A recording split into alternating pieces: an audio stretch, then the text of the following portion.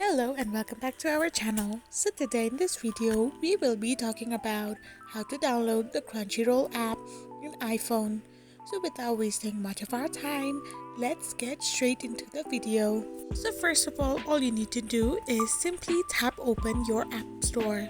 So once you open your app store, you need to simply press on the search button. So here you need to simply type in Crunchyroll, and once you type in Crunchyroll, all you need to do is press on the get option. So after pressing on get, you need to double click to install your app and verify your Face ID.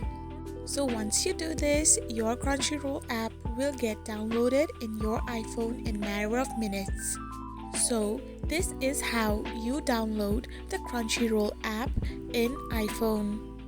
I hope you found this video helpful, so don't forget to hit that subscribe button and do give us a thumbs up. We will be back again with these informative videos.